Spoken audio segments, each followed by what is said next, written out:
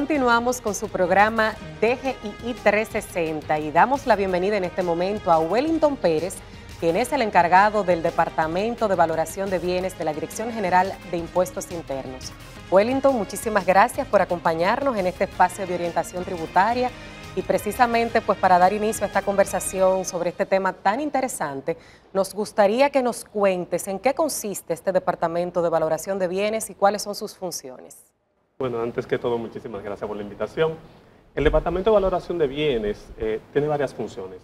Una de las principales es velar por el cumplimiento de la el cumplimiento de las disposiciones legales y administrativas que tienen que ver con la liquidación del impuesto inmobiliario y también con la evaluación de los inmuebles. También damos apoyo a las áreas internas de la administración local, como son la Gerencia de Regímenes Especiales o el Departamento de Reconsideración, y a las unidades de tasación de las administraciones locales. Pero tal vez la parte más importante es la administración de la base de datos inmobiliarias de la DGI. Es decir, nosotros velamos por que se registren y se mantengan actualizados los inmuebles de los contribuyentes, con el fin de que cuando los contribuyentes se presenten a realizar cualquier operación inmobiliaria, ya estos estén registrados y actualizados, y por si necesitan alguna certificación o algún otro servicio que presta la administración. Entonces, Wellington, dentro de las funciones has mencionado varias. ¿Puedes hablarnos un poco de la función del registro de inmuebles? Sí, claro. El registro inmobiliario normalmente se hace a través de las administraciones locales. Es allí donde los contribuyentes se presentan específicamente a las unidades de tasación y presentan el certificado de título, constancia anotada o cualquier otro documento que establezca el derecho de propiedad. Es decir, igual puede servir una sentencia. Cuando se hace el registro, lo que hace el tasador es colocar en nuestro sistema los datos relativos al inmueble, es decir, su ubicación, su localización, su valor, sus dimensiones, quién es el propietario, etc. Y todos aquellos que además ayuden a la determinación del valor, como es también las dimensiones de la edificación, la cantidad de niveles que tiene o el uso que también se les da, si es comercial o si es residencial. Es importante señalar que solamente pueden registrarse los inmuebles que cuentan con un certificado de título debidamente expedido por el registro inmobiliario. Es decir, los inmuebles que no están saneados no pueden ser registrados y por ende tampoco están sujetos al pago del impuesto. Wellington, me gustaría que nos detengamos ahí brevemente y nos expliques qué es un inmueble que no está saneado. ¿Cuándo podemos decir que un inmueble está o no está saneado? El proceso de saneamiento se produce cuando un inmueble que jamás se ha emitido un certificado de título, se le emite el primer certificado de título. Hasta entonces el inmueble no posee ningún derecho registral, no se conocen sus dimensiones ni quién es su propietario y por tanto es imposible determinar cuál es el valor y mucho menos la base imponible que se aplica a este inmueble. En ese mismo sentido, entonces, si hoy necesitamos registrar un inmueble, ¿qué debemos hacer? Bueno, lo primero es que deberías dirigirte a una de las administraciones locales de la Dirección General de Impuestos Internos, preferiblemente a la administración local a la cual pertenece el inmueble. Esto está determinado por la ubicación de este. Una vez allí, debes llevar copia del certificado de título, constancia anotada o de una sentencia del tribunal, que son los documentos que establecen el derecho de propiedad inmobiliaria. Con esta información, el tasador procederá a hacer el registro de dicho inmueble. No debe olvidarse, copia de la cédula del propietario. Wellington, con todo el crecimiento que está registrando en la República Dominicana el sector inmobiliario, me imagino que debe de ser todo un reto para la administración tributaria mantener el registro actualizado de inmuebles. Cuéntanos cuáles son las gestiones que llevan ustedes a cabo en este sentido. Bueno, realmente sí es un reto. Por ejemplo, la base de datos inmobiliaria de la DGI actualmente cuenta con alrededor de 1.400.000 inmuebles. Y esto va en crecimiento precisamente por cómo ha ido creciendo el sector inmobiliario, como de hecho mencionas, principalmente con todo esto de los fideicomisos de bajo costo, etc. Entonces, mantener actualizados todos los inmuebles es sumamente difícil. Por eso necesitamos un método que sea realmente expedito para la evaluación. ¿Y qué hacemos? Bueno, pegarnos a lo que dice la ley 1888, y es que los inmuebles deben ser evaluados conforme los valores establecidos por la Dirección General de Catastro Nacional. Entonces, esta institución emite unas resoluciones donde dicen cuáles son los valores de los inmuebles para determinada zona y también establecen cuáles son los valores para las mejoras de tales características. Bueno, con muy poca información entonces podemos establecer cuál es el valor de un inmueble. Mencionabas algo sobre el valor catastral. ¿Esto es lo que se toma en consideración al momento de determinar el impuesto inmobiliario que paga un contribuyente? Bueno, te había mencionado en el caso de la ley 1888, así lo establece, pero lo establece para el IPI. Así que diría, depende del impuesto. Ok, y en ese sentido sería bueno aclarar cuáles son los diferentes impuestos, si es que hay más de un impuesto inmobiliario. Nos gustaría que tú hicieras como que esa aclaración para que ese tema quede lo suficientemente claro a los contribuyentes. Claro, desde luego. Tenemos el impuesto al patrimonio inmobiliario, IPI, tenemos el impuesto a la transferencia, el impuesto a las operaciones inmobiliarias, gravámenes e hipotecas, y otros impuestos que también pueden estar alcanzados por los inmuebles o por la evaluación de los inmuebles, como es el impuesto a las sucesiones y donaciones inmobiliarias, el impuesto a los activos y el impuesto a la ganancia capital por la venta de un inmueble. Otro impuesto que escuchamos con cierta frecuencia de Wellington es el IBSS o impuesto a la vivienda suntuaria y solares urbanos, ¿verdad? Corrígeme el nombre si es así. Nos gustaría que nos expliques en qué consiste este impuesto IBSS. Bueno, estás en lo correcto, así mismo. Impuesto a la vivienda suntuaria y solares urbanos no edificados, IBSS. Este es el impuesto, digamos, de donde nace el IPI. Es la versión anterior. Este impuesto está consignado en la ley 1888, nació en ese año, en el 1988, y gravaba los, ¿cómo decirle? Los inmuebles que no excedían, o perdón, más bien que excedían los 5 millones de pesos, a diferencia del IPI. Que el IPI lo que hace es tomar el conjunto del patrimonio inmobiliario del contribuyente. Así que podemos decir que este impuesto es mucho más recesivo, el IBSS. ¿Por qué?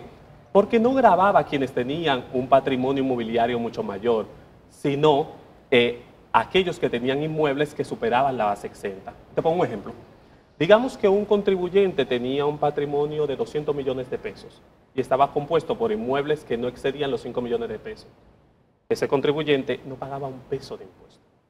Mientras tanto, justo al lado, alguien con una vivienda de 7 millones de pesos, como excedía esa vivienda en 2 millones, debía pagar el impuesto. Así que no se gravaba precisamente a quien más tenía, a diferencia de lo que sucede hoy con el IPI. Excelente ejemplo, bastante edificante. En ese mismo sentido, ahora podemos hablar del IPI. Sabemos que tiene características especiales, pero ¿puede abundarnos un poco más? Sí, claro. El impuesto al patrimonio inmobiliario nace con la ley 253-12. Bien, es un impuesto que grava el conjunto del patrimonio del contribuyente. Bien, pero alcanza solamente dos tipos de contribuyentes: las personas físicas y los fideicomisos inmobiliarios. Bien, los contribuyentes que tienen un patrimonio gravable que exceda la base exenta, entonces estarán sujetos al pago de este impuesto por el excedente de esta base. ¿Qué queremos decir? Que en el caso de las personas físicas, estas tienen una exención, una base exenta, que inició en los 6.500.000 pesos. Bien, monto que se ha ido ajustando por inflación anualmente y que actualmente supera los 8.829.000 pesos. Pero en el caso de los fideicomisos, el monto exento es cero. Es decir, cada peso de un valor de un inmueble gravable, entonces se forma parte de la base imponible. Bien, esto es un impuesto que se presenta en los primeros 60 días del año. Es decir, usted tiene para pagar o para presentar este impuesto, perdón, hasta el 1 de marzo del año en curso. Bien, y se divide en dos cuotas. La primera cuota es pagadera más tardar el 11 de marzo y la última el 11 de septiembre. Wellington, cuando mencionas partes gravables de un inmueble, ¿a qué te refieres exactamente? Bueno, no todos los inmuebles forman parte de la base imponible. Bien, algunos inmuebles ya están exentos de por sí. Voy a poner un ejemplo. La ley establece que si en el caso de los terrenos rurales, estos no forman parte de la base imponible. Así que si usted tiene un terreno rural, pero allá tiene una villa, entonces la administración no puede considerar el valor del terreno para el cálculo del impuesto. Más sin embargo, la mejora sí forma parte de la base imponible. Entonces estamos diciendo que un inmueble puede gravar de forma parcial o de forma total. Si habláramos de un inmueble urbano, entonces tanto el terreno como la edificación, la mejora, forman parte de la base imponible. En el caso de apartamentos que no tienen un terreno, entonces sería solamente la mejora. Definitivamente que son muchas informaciones de valor. En ese mismo sentido, como dices, ¿están algunos inmuebles totalmente exentos o parcialmente exentos? ¿Cuáles son las otras exenciones?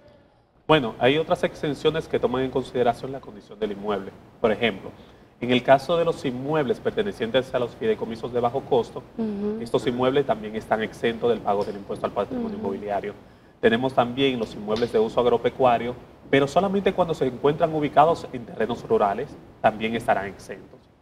Y tenemos las exenciones que recaen directamente sobre la condición del contribuyente.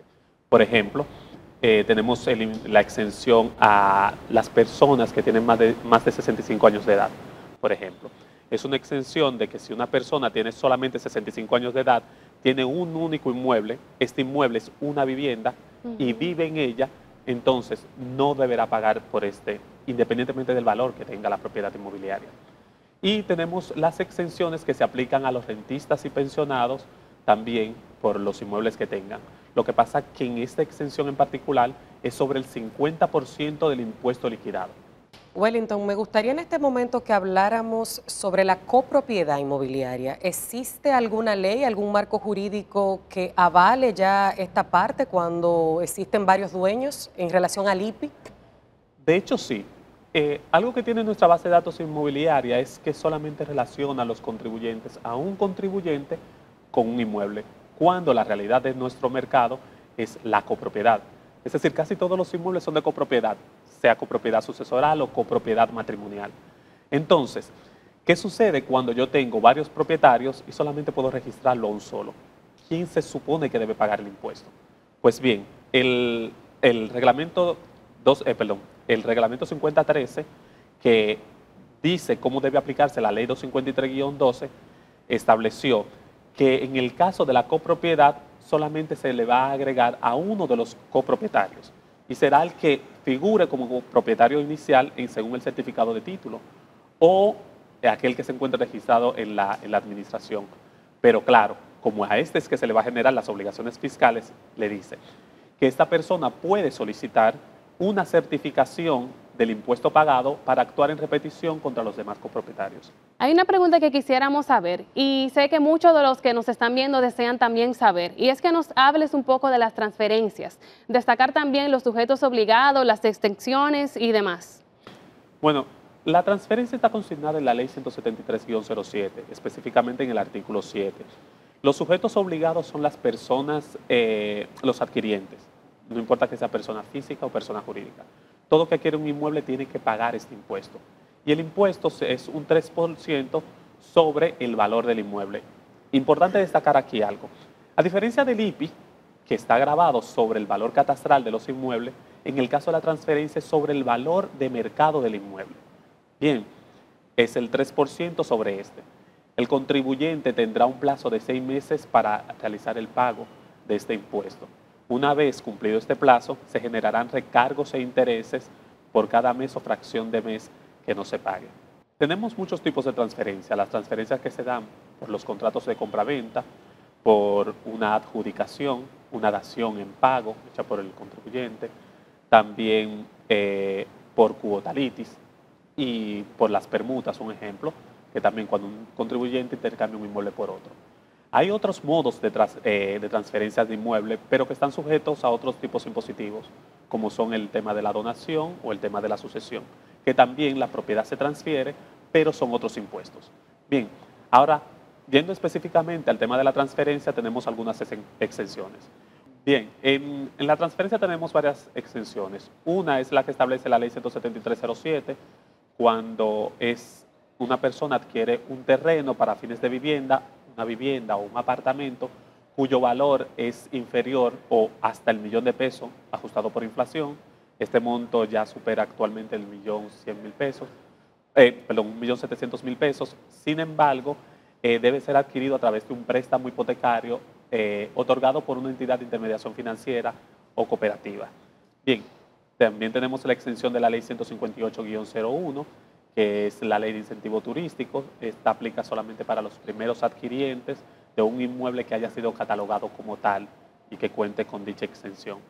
Tenemos también la exención que se le otorga a los bienes adquiridos por los fideicomisos de bajo costo, o más bien que son aportados por los fideicomitentes a los fideicomisos de bajo costo. Esto se les da el 100% de la exención, a menos que el proyecto de bajo costo sea en un porcentaje menor, digamos en un 80%. Entonces, en ese caso, estará exento por un 80%, mientras que el 20% restante sí estará sujeto al pago de este impuesto. Tenemos también los inmuebles adquiridos al INVI o al IAD. Esta es otra de las exenciones. También está la exención a las ONG. También están exentas el pago de la transferencia, la iglesia y también los aportes en naturaleza que hacen los contribuyentes. Wellington, cuando un contribuyente vende una propiedad, ¿ya no tiene que pagar el IPI? Claro que sí, podría que tenga que pagar el IPI. Mira, no basta con el hecho de vender una propiedad, simplemente, porque dice el reglamento 5013 que la obligación fiscal del IPI reposa sobre la persona que sea propietario según los registros inmobiliarios de la DGI. Así que muchos contribuyentes adquieren un inmueble, sin embargo se olvidan del pago de la transferencia y por tanto la Dirección General de Impuestos Internos no tiene conocimiento de dicha operación. Entonces, será el contribuyente, el vendedor, quien seguirá siendo el sujeto obligado al pago del IPI. Y en el caso de la persona que compra ese inmueble, si esa persona que compró ese inmueble con una deuda no quiere pagar el IPI, entonces, ¿cómo se maneja ahí esa situación? Bueno, si el comprador no hace el pago del impuesto, lamentablemente el vendedor va a seguir pagando el impuesto. Parece injusto, yo lo sé. Sin embargo, la DGI, a través de la norma 08-2014, les dio un espacio a estos contribuyentes. ¿Y qué les dice? Bueno, usted puede hacer el descargo de su inmueble una vez vendido y siempre que lo haga antes de los primeros 6 meses, solamente con el pago de 300 pesos, usted podrá transferir esa propiedad inmobiliaria en favor del comprador. Y así este inmueble no seguirá figurando dentro de su patrimonio y no le afectará. Ahora bien, ¿qué pasa si han pasado los 6 meses? Bueno, aún así la DGI le da la oportunidad, solamente que estará sujeto al pago de hasta 5 salarios mínimos por haberlo hecho fuera del tiempo. Wellington, ahí mismo, hablando de hipotecas, siempre escuchamos de inmuebles que tienen oposiciones. ¿Puedes abundarnos un poco por cuáles razones se le podría colocar una oposición a un inmueble? Bien, no debemos mezclar el pago de una hipoteca o la inscripción de un privilegio ante el registro inmobiliario con la oposición que se le colocan a los inmuebles de forma administrativa. La Dirección General normalmente coloca una oposición a un inmueble para evitar que éste se transfiera y lo hace normalmente por temas de deuda o por una tentativa de fraude, muchas veces. Algunos ejemplos. En los casos de cuando hay un descargo inmobiliario, por ejemplo, se coloca una oposición al inmueble. ¿Por qué? Porque el inmueble ya pasó a ser propiedad del comprador, pero no se ha pagado en la transferencia. Esta oposición normalmente se levanta con el pago de la transferencia. Bien, tenemos la oposición que se coloca en los casos de que un contribuyente ha acumulado una gran cantidad de deuda que ha pasado a cobro coactivo, por ejemplo. Entonces, esta oposición se levanta cuando el contribuyente hace el pago de la deuda que tiene o realiza un acuerdo de pago con la institución, en cuyo caso, entonces, normalmente se le pide algún tipo de bien en garantía para este pago. Otra razón de una oposición están en los casos de los inmuebles que se le otorgó el bono de primera vivienda. Si el contribuyente que haya sido beneficiado con el bono debe mantener esa propiedad inmobiliaria durante un tiempo, el que establece la ley 195/19. Si vendiera la propiedad antes de ese tiempo, entonces estará obligado a la devolución de la proporción del bono. Tan pronto hace esta devolución, se levanta la oposición. Y hay otros casos en los que algún contribuyente ha notificado que puede ser víctima de un fraude, que se presentó algún contrato en el que se alteró su firma, etcétera, y durante el proceso de investigación, entonces se coloca una oposición al inmueble para evitar que este inmueble se distraiga. Bien, y otro de los casos es cuando alguien fallece.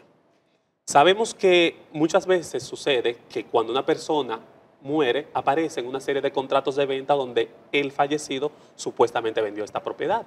Entonces, para evitar la distracción de los bienes que deben formar parte de la masa sucesoral, entonces se coloca una oposición completa al inmueble, a todo el patrimonio.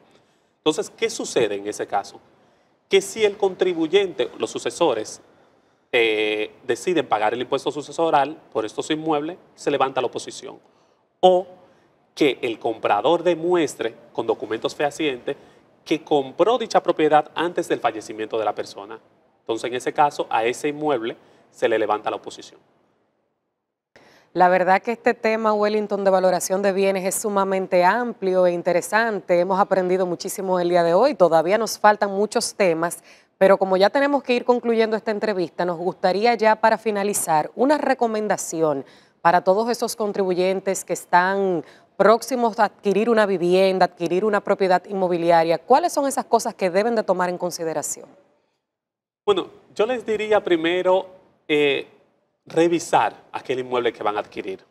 Ok, pídale a su vendedor que le proporcione una certificación del inmueble, una certificación inmobiliaria de IPI, como normalmente le llaman, una certificación IPI, para saber cuál es el estatus del inmueble, si presenta alguna deuda, bien, la cual usted pudiera negociar con el vendedor. Si le entrega una certificación, le recomendamos también que valide su autenticidad a través del portal de la DGI. También solicítele que le entregue una certificación de estatus jurídico del inmueble emitida por el Registro Inmobiliario, que es la institución que guarda el registro de todos los inmuebles, para saber que realmente esa propiedad existe y existe a nombre de esta persona. También puede verificar la autenticidad de este documento entrando al portal del Registro Inmobiliario. Bien, también les aconsejamos que si usted no va a pagar el impuesto de manera inmediata, lo mejor sería que lo pague de inmediato, pero si no puede pagarlo de forma inmediata y decide tomar el plazo que le otorga la ley, que son de hasta 6 meses, entonces al menos aproxímese a la Dirección General de Impuestos Internos para que esta venta sea registrada, lo cual le servirá en caso de fallecimiento del vendedor. Bien, y en la medida de lo posible, pague a tiempo. Evite pagar con recargos e intereses esta propiedad. Y además de que si usted tarda mucho en pagar la transferencia, puede ser víctima de fraude de parte del vendedor. Hay personas que realmente venden 2 y 3 veces la misma propiedad. Bien, muchísimas gracias, Wellington, por compartir con todos nosotros esos valiosos contenidos acerca de valoración de bienes. Nosotros nos vamos a una pausa y en breve retornamos con mucho más en DGII 360.